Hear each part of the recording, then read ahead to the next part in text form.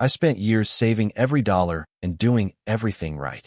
Then one small purchase triggered a realization that forced me to question whether I was building a life or avoiding one.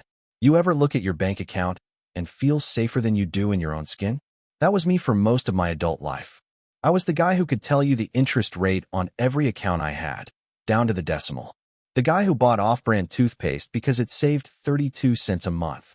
Who declined dinner invites not because I hated people, but because spending $25 on a burger felt reckless. I had spreadsheets for my spreadsheets. Color-coded, password-protected, backed up in the cloud, and on a thumb drive I kept in a fireproof box. I used to believe that discipline, real, no-nonsense financial control, was the highest form of virtue. Like if I could just keep the numbers in line, everything else in life would follow. Joy, that could wait. Comfort, a luxury. Travel, fun, celebration, optional. What mattered was the future, the fortress I was building. The freedom I swore would come once I hit the magic number. I never did define what that number was. I grew up in a house where money was either a fight or a ghost. Sometimes both. My dad worked 2 jobs, but still argued with my mom over grocery receipts. I remember them shouting in the kitchen while I sat at the top of the stairs, not moving, not breathing, just listening. I swore I would never end up like that. Never live paycheck to paycheck. Never have to choose between paying the water bill or fixing the car. So I overcorrected. By the time I hit 31, I had no debt, a fully funded emergency fund, a solid 6 figures in retirement accounts, and enough cash saved to take 6 months off work if I ever wanted to. But here is the thing. I never did take that time off. Never went on the trip. Never bought the couch I actually liked. Never even upgraded my shoes unless the soles were coming off. Every decision came down to cost. I tracked every penny, compared every product. Every purchase had to prove itself. There were people who called me responsible, smart, even impressive, but none of those people really knew me. And truthfully, I did not know myself either. My life looked perfect on paper, but that paper never showed how lonely it felt to eat frozen dinners every night because they were cheaper, or how exhausting it was to decline every wedding invite, every night out, every spontaneous road trip because they were not in the plan. I thought I was doing everything right, until one morning, sitting in the same worn-out chair I had owned since college, sipping dollar store coffee and staring at a net worth tracker that told me I was winning. I realized I had no one to share it with, and that is when the first crack opened up. I wish I could tell you that realization hit me like a thunderbolt, that I leapt up, booked a flight to somewhere warm, and finally lived a little. But that is not how it went. Instead, I closed the laptop. I rinsed out my mug. I vacuumed the apartment for the 3rd time that week. I did what I always did, stayed busy enough to ignore what I was feeling. Because here is the truth. When your whole identity is wrapped up in being the responsible one, it is terrifying to question if maybe you have been doing it all wrong. I kept telling myself it was just a phase. Maybe I was tired. Maybe I just needed a new goal. So I doubled down, set a new target, pushed harder, more automation, tighter budgets. I cut out coffee entirely and switched to drinking hot water with lemon because it was cheaper. I started biking to work even though it added 40 minutes to my commute and left me drenched in sweat. The irony? My health was slipping anyway. I was not sleeping. My lower back hurt all the time from sitting in that same broken office chair I had refused to replace. I told myself the pain would go away on its own. I even Googled stretches instead of going to a chiropractor. Because why spend the money? I looked in the mirror one night and barely recognized the guy staring back. Eyes sunken, shoulders slumped, skin dull. I was 31 going on 50. But at least my Roth IRA was maxed out, right? One day, I got an invite to a coworker's birthday dinner. Nice restaurant. Group of 8. Nothing too wild. And I remember standing in front of the RSVP email for a full hour, trying to decide if I should go. Not because I had other plans. Not because I disliked anyone. Because the meal would cost around $40. $40. That was the tipping point. I stared at the screen and thought, what am I doing? Not once did I consider whether I would enjoy the night. Whether laughing with people might actually be good for me. The only metric that mattered in my brain was cost. And that is when it hit me. I was not being disciplined anymore. I was being deprived. Of connection. Of experience. Of everything that makes life more than just survival. But even then, I did not RSVP. I clicked maybe, and I left the email sitting there. Because changing how you live, how you think. That is not something you do in one day, especially when your fear is dressed up as responsibility. It was a random Thursday when everything came undone. Nothing dramatic. No emergency.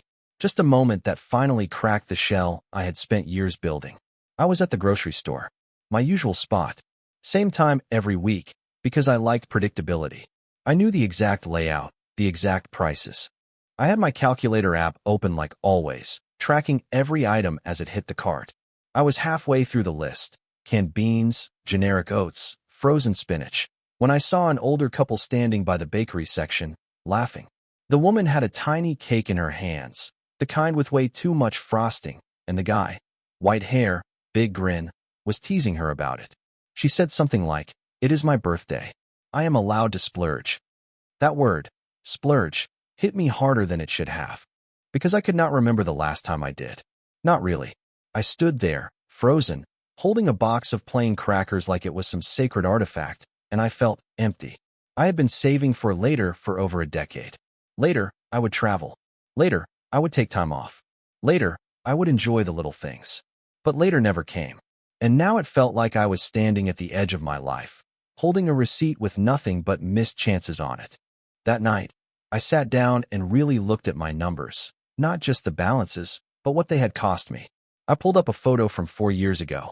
Me and my buddy Chris at a cabin in the mountains. One of the last trips I let myself go on before deciding now is not the time. I looked younger, happier, freer.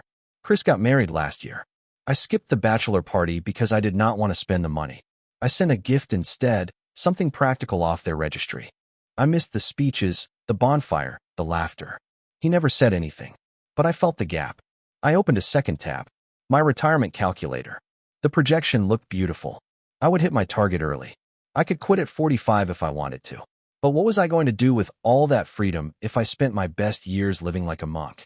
The real gut punch came when I did the math. I had more than enough. I was secure. I was safe. But I was not alive. And that is when I realized something that changed me.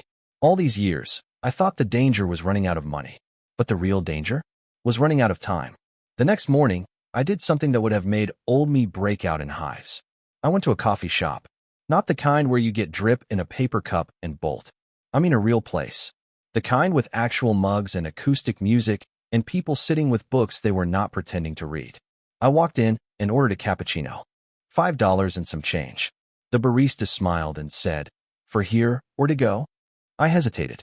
To go, right? Always. Get in, get out, move on. But instead I said, "For here." She handed me a ceramic mug. Something about that mug felt weirdly personal. Solid. Not disposable. Like I was meant to sit with it for a while. I found a seat by the window and just sat. No laptop. No budget app. Just me and that drink and the quiet buzz of life happening around me. At first, I felt stupid. Self-conscious. Like I was pretending to be someone I was not. Someone relaxed. Someone who did not flinch every time they spent more than $1. But then something strange happened. I took a sip. It was the best coffee I had ever tasted. Not because it was special, but because I actually let myself enjoy it. For the first time in years, I was not thinking about cost per ounce or how many hours of work it represented. I was just present. That was the moment it clicked for me. It was never about the money. It was about permission. I had been waiting for some invisible green light to tell me it was okay to live, to enjoy things, to be human. But that light was never going to come. No spreadsheet was going to tell me I had earned joy. No bank account balance was going to say, "Hey, you can laugh now." That permission had to come from me. That cappuccino? It was $5, but it felt like buying back a piece of myself I had long forgotten. And after that, things started to shift, little by little, quietly, but undeniably. The thing about changing your life is, it sounds peaceful in theory. In practice, it is like arguing with a version of yourself that refuses to leave. After that first coffee shop visit, I thought I had turned a corner. I felt lighter, free, like maybe I had finally broken out of the self-made cage I had been living in. But then I tried buying new shoes. Not expensive ones. Just a decent pair of walking shoes, because mine were so worn out the soles had started peeling like bark off a tree. I found a pair I liked, $70, give or take, and added them to my cart. And then I stared at them. For 2 hours. I kept hovering over the buy button, heart racing like I was defusing a bomb. My brain went straight back into old scripts. You do not need these. Patch the ones you have. Save that money. What if there is an emergency?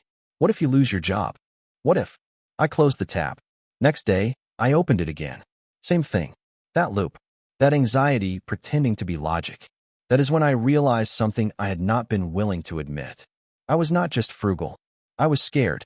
Saving had become my way of controlling life, of defending myself from pain, uncertainty, the chaos I saw growing up. I had made money my armor. But now, that armor was rusting into a cage. I finally bought the shoes on day 3. Forced myself to hit purchase with my heart pounding like I had committed a crime. When the box arrived, I almost returned them out of guilt. But I put them on, and I walked. No music, no distractions, just around my neighborhood, block by block, until my head stopped spinning and I could breathe again. It felt ridiculous, being this torn up over a pair of shoes. But that is what happens when you wrap your self-worth in how little you need. There is a sick pride in denial, a hidden arrogance in calling discomfort discipline. I had worn that like a badge for years. Now, I was trying to unlearn it, and it was not going quietly. But with every step in those new shoes, I felt something shifting. Not gone, but cracking. And I started to wonder, what else have I been saying no to for no real reason at all? The shift was slow, messy. Some days I felt like I was moving forward. Other days, like I was dragging the old version of me by the ankles, heels digging in. But something started happening once I gave myself permission to live a little. People noticed. Not everyone, but the right ones. I reconnected with a friend from college, Sam, someone I used to be close to before life got too busy, before I started turning down every dinner, trip, and call because they did not fit the plan. He invited me to his backyard cookout one weekend. Nothing fancy, just burgers, folding chairs, and a Bluetooth speaker playing classic rock. A year ago, I would have said no. Too much gas, too much time, too many variables. But this time I went. And man, it was weird. Weird how natural it felt to laugh. Weird how hard it hit when someone asked, "Where have you been?" And the answer was, hiding behind a spreadsheet. We talked for hours. About work, life, regrets. He mentioned how he and a few others had tried to keep in touch, but I always pulled away. At some point, they just stopped reaching out. Hearing that stung. Because I always told myself I was sacrificing connection for stability. But the truth? I had been trading relationships for a feeling of control. $1 at a time. That night, I stayed later than I meant to. 8 seconds. Drank a cold beer that I did not overthink. When I got home, I sat in silence for a while, just soaking it in. I thought about all the memories I never made because they were not essential. All the stories I could not be part of because I was too focused on keeping the future safe. And I wondered how many more I was willing to miss. A few days later, I saw a last-minute flight deal pop up. Denver. Round trip. Under $200. My chest tightened the moment I saw it. Old me would have closed the tab without blinking. But something in me said, "You need this." I texted Sam. Told him I might be going out of town soon. He just replied, "Do it." So I hovered over the button for what felt like hours. And then I booked the flight. No reason. No perfect timing. Just a choice. To go. To live. To start building a life I actually wanted to be present for. 3 days before the flight, my phone rang. Blocked number. I almost ignored it. Those calls are never good. But something told me to pick up. It was my sister. I had not heard her voice in almost a year. Not since we got into it over the holidays. Me declining to chip in for some big family vacation because it did not align with my financial goals. She had called me cold. Said I lived like a robot. And honestly, she was not wrong. Now her voice sounded different. Tired. Shaky. She told me our mom had been admitted to the hospital. Heart issue. It was not life-threatening. Not yet. But it was serious. Tests, monitoring, possibly surgery. I sat down hard, hand clamped over my mouth. She told me the family was gathering. And this part hit hard. They wanted me there. Not out of obligation. Not to guilt me. Just because. I felt the shift happening in real time. Old me would have panicked. Missed work? Disrupted routine? Book another flight so close to the other one. Unplanned spending? No. That was chaos. But something in me had already changed. I asked which hospital. I asked when visiting hours were. I told her I would be there. I canceled the Denver flight without blinking. Ate the small cancellation fee. Did not even flinch. Because this mattered more. That night, I booked a room near the hospital and packed a bag. As I folded clothes, I realized this was the kind of moment I used to avoid. Moments where money could not protect you, where discipline did not solve the problem, where being present was the only thing that counted. The next morning, I stood in a sterile hospital room with my mother, her hair pulled back, machines softly beeping around us. She smiled when she saw me, not because I brought flowers or anything flashy, but because I was there. We talked for hours. About childhood, about dad, about how I had always been so careful, and how she worried that maybe I had forgotten how to just be. I told her I was trying, and for the first time, I actually meant it. When I left the hospital that night, I passed a vending machine and, without thinking, bought a chocolate bar. The expensive kind. I ate it in the parking lot, looking up at the stars, thinking, that might have been the best $6 I have ever spent. A week later, things seemed to settle. Mom's condition was stable. The surgery was scheduled, low risk. My sister and I had actually shared a meal. First time in ages without arguing over money, expectations, or who paid for what. For the first time in a long time, I felt grounded. Then my job called. They were downsizing. Restructuring, they called it. Strategic realignment. Whatever word they used, it boiled down to one thing. I was being let go. Not because of anything I did. Just numbers on a spreadsheet. Efficiency. I hung up and stared at the wall for a long time. Old me would have gone straight into panic mode. I would have opened every budgeting app one had, run scenarios, slashed every possible expense, cut off joy at the knees and gone full lockdown. But instead, I sat with it, breathed through it, and then I did something that shocked even me. I took a walk, not to run errands, not for steps, just to move, clear my head, because I realized something. I was not broke. I was just uncertain. And those are not the same thing. I had savings, a cushion, not just for moments like this, but because of moments like this. That had been the whole point, right? To create safety. But now I understood that safety was not the same as hiding. And living like I was always one step from disaster had never made me more secure. It had just kept me smaller. I updated my resume that night, sent a few emails, let close friends know I was looking. But I also made a choice. I still went to the art show that weekend. Something small at a local gallery. $10 ticket. Free wine. I had seen the poster the week before and almost tossed it aside. But now it felt like a promise. So I went. Walked through a quiet room filled with strange paintings and softer music. Sipped cheap wine out of a plastic cup and chatted with strangers. I even bought a print. $35.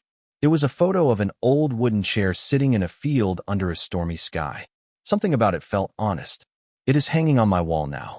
The first thing I have ever bought for no reason other than it spoke to me. And every time I look at it, I remember that moment. Laid off, uncertain, but somehow still standing, still living, still saying yes. A few weeks after the layoff, I got an email that knocked the wind out of me. It was from Rachel. She was the one that got away. Or maybe the one I pushed away. We had dated a few years back. She was warm, spontaneous, the kind of person who would suggest driving 3 hours just to watch the sunset somewhere new. I liked her instantly, but I never let her in. She wanted to go places, try new restaurants, make memories. I wanted to stay home and track spending. I used to joke that I was the brakes to her gas pedal. She laughed until she stopped laughing. We ended not with a fight, but with a quiet fizzle. 1,000 not todays that wore her down. Now she was back, in town, visiting family. She had seen my name pop up on LinkedIn, something about the job changes. She wrote, "Would be nice to catch up. No pressure." I stared at the screen longer than I want to admit. Part of me, the old part, thought, what if she wants something I cannot give? What if she expects me to be different and I fall right back into the same habits? But another part of me, the part one had been feeding lately, the part that booked flights, bought art, and showed up when it counted, whispered, "Go." So I met her for lunch. Outdoor cafe, quiet street, sunlight catching in her hair like no time had passed. She smiled and said, "You look different." I laughed, told her I probably looked older. She shook her head. "No, it's not that. You seem lighter." We talked for 2 hours. About life, jobs, her move to Portland, my layoff. She asked if I had traveled recently. I told her about the trip I never took to Denver and the hospital visit that made me glad I stayed. At some point, she leaned back and said, "You used to save so much for the future. I always wondered if you were saving yourself, too." That one landed hard. Because she was right. I used to live like the present was a bill I could not afford to pay. But not anymore. Not after the coffee, the shoes, the flight, the art, the hospital, the layoff, the walk. Before we parted, she asked if I wanted to join her and some friends that night. Just drinks, nothing fancy. Old me would have said, "Let me check my budget." New me just smiled and said, "Text me the address." As I walked home, I passed a bookstore and stopped in. No plan, just curiosity. I left with a paperback I had never heard of and a tote bag that cost more than it should have. But it made me smile. Because for once, I was not calculating. I was living. I woke up the next morning to sunlight pouring through the curtains and something I had not felt in years. Peace. Not comfort. Not pride. Not the buzz of hitting a goal. Peace. It was quiet in the apartment. The old clock ticked. My new shoes sat by the door, scuffed now from real use. That art print hung across from my bed, the one with the stormy field and the lonely chair. And beside it, taped to the wall, was something else. A sticky note I had written the night before. For words, scratched in half-tired handwriting. Money is for living. It sounds simple, right? Almost cliché. But for me, it was a revelation. All those years, I thought I was building a fortress, saving for one day, optimizing every dollar like it was sacred. But I was not saving money. I was avoiding life. See, I used to believe that happiness was something you earned only after everything else was handled. After the debt was gone. After the retirement fund hit 7 figures. After the house was bought and paid off and the world stopped throwing curveballs. But life never waits.